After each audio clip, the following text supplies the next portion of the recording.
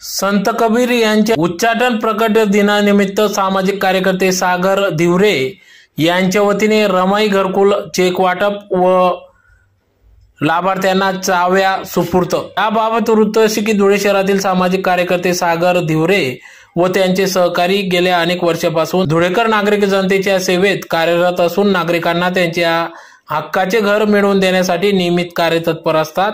त्यातलाच एक भाग म्हणून गेल्या 2 ते 3 वर्षापासून धुळेकर नागरिक यांच्यासाठी रमाई घरकुल योजना व योजनेच्या माध्यमातून अनेक गरीब गरजू लाभार्थ्यांना त्यांनी घरकुल योजनेचा लाभ मिळवून दिला आहे। त्याचबरोबर आता महाराष्ट्र शासनाने जाहीर केलेल्या शबरी योजनेच्या माध्यमातून देखील नागरिकांना या ठिकाणी शबरी योजनेचा लाभ कसा होईल यासाठी ते कार्यतत्पर असून त्यातलाच एक भाग म्हणून आज दिनांक 22 जून 2024 रोजी धुळे शहरातील सैनिक लॉन्स या ठिकाणी दुपारी 12 वाजता शिवसेना जिल्हा प्रमुख सतीश तात्या महाले, महंत हरिदास साहेब यांच्या उपस्थितीत चेक वाटप व रमाई घरकुल योजनेच्या माध्यमातून घरकुल पूर्ण झालेल्या लाभार्थ्यांना घराच्या चाव्या या सुपूर्त करण्यात आल्या। तर या प्रसंगी या ठिकाणी रमाई घरकुल योजना पूर्ण झालेल्या लाभार्थ्यांना चाव्या देऊन त्यांचा सन्मान सत्कार देखील करण्यात आला। त्याचबरोबर रमाई योजनेचे नवीन नावे समाविष्ट करण्यासाठी तसेच शबरी योजनेचे नावे समाविष्ट करण्यासाठी या ठिकाणी अर्ज भरून घेण्यात आले।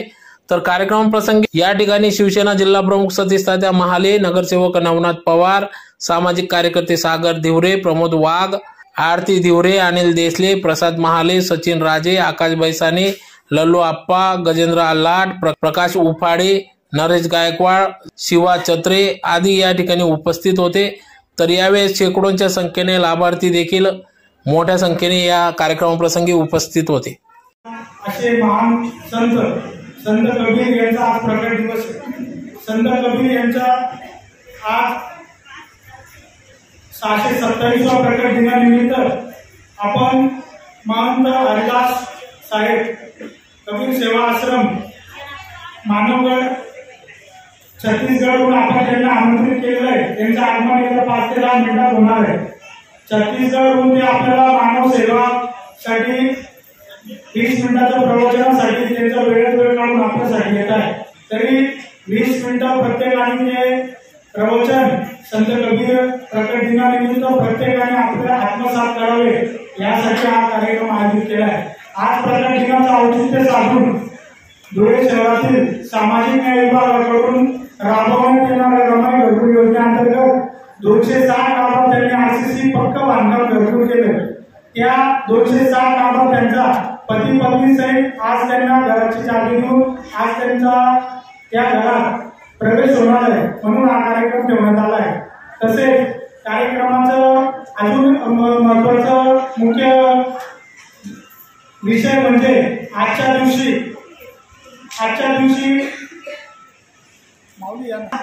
प्रकट दिनानिमित्त महत्वाचा विषय की आज आपला जो 6 वर्षापासून आंदोलन झालेल्या गावांना आदिवासी बांधवांना कोणीच न्याय देत नव्हतं। तर ती खंत आम्ही शिवसेनेचे प्रमुख सतीश तात्याजी महाले यांच्याकडे आम्ही ती खंत व्यक्त केली की ज्या धर्तीवर आम्हाला रमाई घरकुल योजनेचा लाभ मिळतो त्या धर्तीवर शहरासाठी शबरी घरकुल योजनेचा लाभ मिळत नाही। आम्हाला वेळोवेळी कागदपत्र फिरवण्यासाठी जिल्हा परिषद पंचायत समितीकडे फिरवले जाते। तर ती योजना आदिवासी प्रकल्प विभाग धुळे यांच्या मार्फत महानगरपालिकेमार्फत राबवण्यात यावी यासाठी तात्यांच्या नेतृत्वात 10/10/2023 रोजी आपल्या महाराष्ट्राचे लाडके मुख्यमंत्री एकनाथजी शिंदे साहेब हे साखरेवाडीला जो आपला एसआरपी ग्राउंड आहे त्या एसआरपी ग्राउंडच्या कार्यक्रमाच्या शासन आपल्या निमित्त आलेले होते।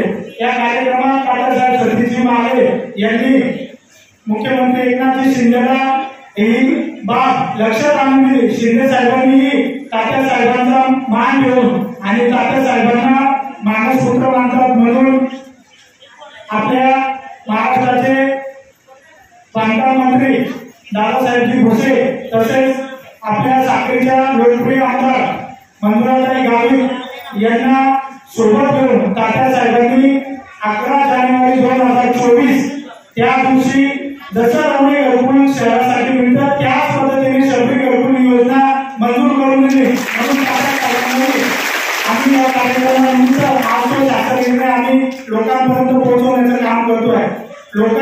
शासनाकडे तो शासन निर्णय 11 जानेवारी 2024 आलेला आहे. परंतु शासनाची जी मानसिकता आहे आदिवासींना स्वतःच्या घरापासून वंचित ठेवण्याची, काही नगरसेवक काही सामाजिक कार्यकर्त्यांची मानसिकता आहे, त्या मानसिकतेला मोडण्यासाठी आजचा हा जो बाबाजींचा प्रकट दिन आहे, त्या प्रकट दिनानिमित्त तो शासन निर्णयही आपण आदिवासी बांधवांपर्यंत पोहोचवण्याचं काम तात्यासाहेबांच्या माध्यमातून करणार आहे. त्यानिमित्त आज आपण छत्तीसगडहून आपण महाराष्ट्र बोलवलेलं आहे.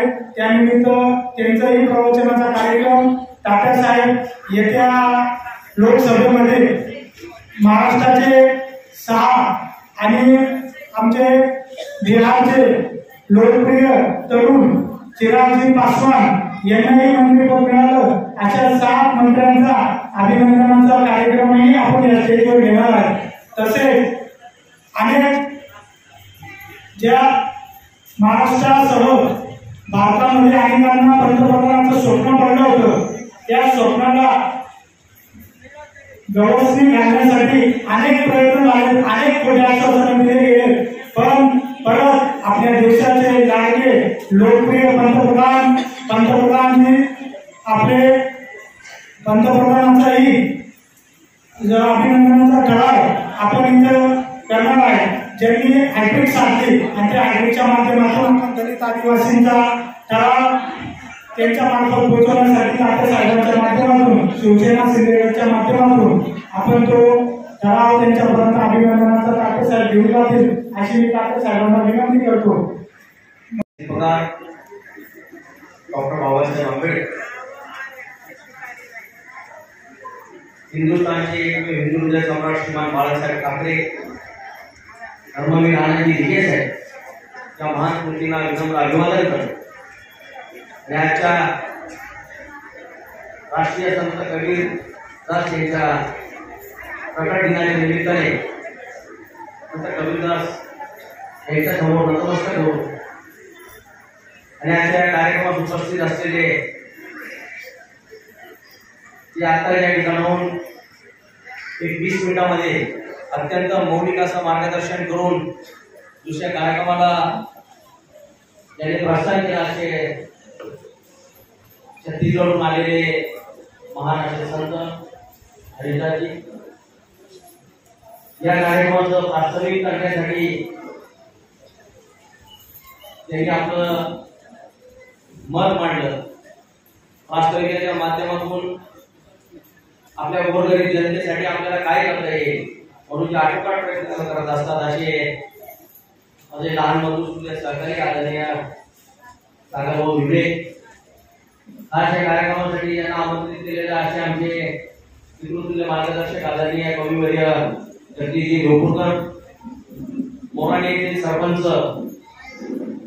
नवनाथ भाऊ, या कार्यक्रमासाठी उपस्थित असलेले माझे लहान बंधू सरकारी जुन्नरचे माजी सरपंच अनुभव गवळी, माझ्याबरोबर खांद्याला खांदा लावून काम करत असलेले शिवसेनेचे उपमहानगर प्रमुख सचिन भाऊ रक्षे, या ठिकाणी उपस्थित असलेले आकाश भाऊ आणि भाऊ देसले, या ठिकाणी पार्टी महाराज मोरांवर उपस्थित असलेले आकाश भाऊ आणि या ठिकाणी उपस्थित असलेले या कार्यक्रमाला आलेल्या आमच्या सर्व माता भगिनी बंधुतुल्य सहकारी मित्रांनो, आजच्या या संत कबीरांच्या प्रकट दिनाच्या निमित्ताने कबीरांचा जे दोहा अत्यंत जो आपल्या आयुष्यामध्ये मार्गदर्शक ठरू शकतोय असं मी आपल्याला या ठिकाणी बोलून दाखवू इच्छितो. बुरा जो देखन में चला बुरा न मिलिया कोई, बुरा जो देखन में चला बुरा न मिलिया कोई, जो दिल खोजा अपना तो मुझसे बुरा ना कोई. याचा अर्थ असा की मी वाईटातला वाईट माणूस बघायला निघालेलो की जास्तीत जास्त वाईट कोण आहे. मी खूप फिरलो परंतु मला वाईटातला वाईट माणूस नाही दिसला.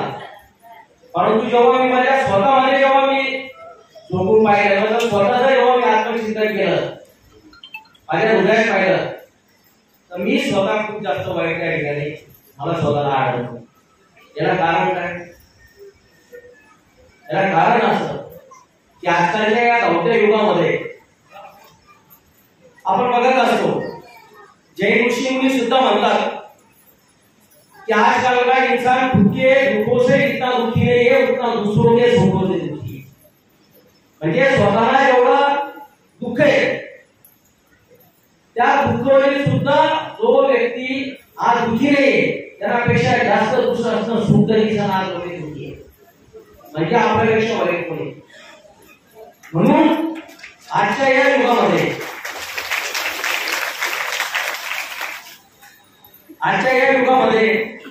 आपण या ठिकाणी सर्वात महत्वाचं जर काही करायला पाहिजे तर ते आत्मसंतुष्टी राखायला पाहिजे. जे मला मिळालं ते माझ्या नशिबात होतं, याच्यापेक्षा जास्त असेल तर नक्की मला मिळणार, पण जे मिळालं त्याच्यामध्ये मी अत्यंत आत्मसंतुष्ट आहे.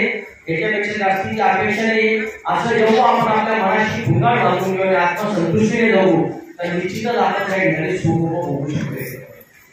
नाही तर आजकाल बघा तुम्ही चांगल्या करोडपती सुद्धा दुःखी आहे. एखादा गरीब कष्टकरी माणूस कष्ट करून घरी आल्यानंतर जेव्हा जेवण करून तो रात्री झोपायला त्याच्यावर डोकं टेकतो तो 2 मिनिटं 5 मिनिटाच्या आत त्याला झोप लागलेली असते.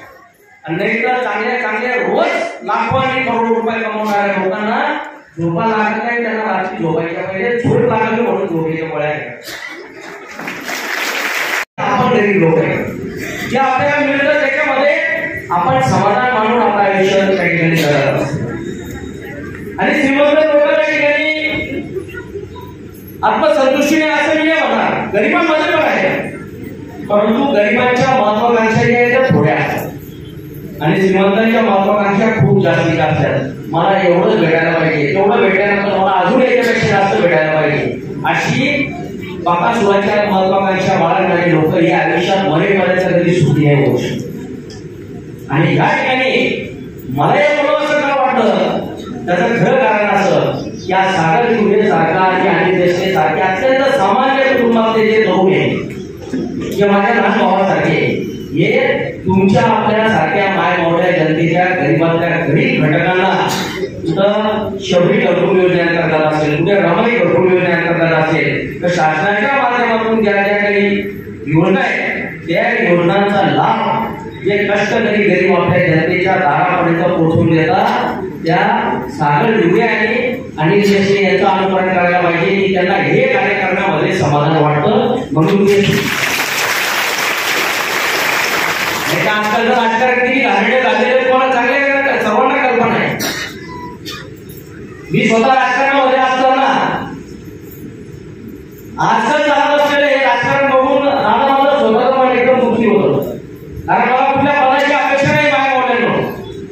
तुमच्या सारख्यांचा सर्वांचा कोणाचं दवाखान्याचं काम असेल, कोणाचं कोटकचेरीचं काम असेल, कोणाचं कौटुंबिकही कला असेल, कुठलं ना कुठलं काम घेऊन आपल्याकडे आल्यानंतर त्यांचं काम मार्गी लागल्यानंतर मिळणारी आत्मसंतुष्टी माझ्यासाठी सर्वात मोठी दौलत. म्हणून मी शिवसेनेमध्ये कार्यरत जेव्हा झालो तर महाराष्ट्राचे लाडके मुख्यमंत्री एकनाथ शिंदे साहेब यांच्या पावलावर पाऊल ठेवून जनतेची सेवा करायची ही मनाची मी भुंगाट मानली. तुम्ही आज बघत असा मायेमुळे स्वातंत्र्य मिळाल्यापासून अनेक मुख्यमंत्री होऊन गेले, परंतु तुम्ही जर बारीक जर अभ्यास केला आणि जर विचार करून जर केली तर स्वातंत्र्य मिळाल्यापासून जेवढे मुख्यमंत्री होऊन गेले, एकाही मुख्यमंत्र्यांनी आदरणीय एकनाथ शिंदे साहेब जसं गोट घेऊन तेवढ्या आणि गरीब जनतेसाठी जे काम करताय, जे निर्णय घेत आहे, अशा प्रकारचे निर्णय गरीब जनतेसाठी कुठल्याही मुख्यमंत्र्यांनी धडाडीने घेतलेले इतके जोरदार निर्णय गरीब जनतेसाठी महाराष्ट्राचे मुख्यमंत्री एकनाथ शिंदे साहेबांनी घेतले. का? कारण एकनाथ शिंदे साहेबांना वाटतं की तुम्ही जो एवढा मोठा झालोय ते मायेमुळे जनतेच्या आशीर्वादाने झालोय, मुख्यमंत्री जे झालोय ते मायेमुळे महाराष्ट्राच्या जनतेसाठी झालोय, मी जनतेचा मुख्यमंत्री आहे म्हणून मी जनतेसाठी कार्यरत राहायला पाहिजे, जनतेसाठी मी करायला पाहिजे. म्हणून तो व्यक्ती सकाळी 8-9 वाजेपासून तर रात्रीच्या 2-2 वाजेपर्यंत झोपत नाही. दिवसभर 18-20 तास ते फक्त गरीब जनतेसाठी या ठिकाणी कार्यरत आहे, आपल्या जीवाचा दान करत आहे. म्हणून आपल्या महाराष्ट्रामध्ये निधीच्या ज्या ज्या योजना त्यांनी घोषित केल्या, ज्या अंमलात आणल्या, त्या अत्यंत यशस्वीपणे त्या ठिकाणी कार्यरत चालल्या आहेत.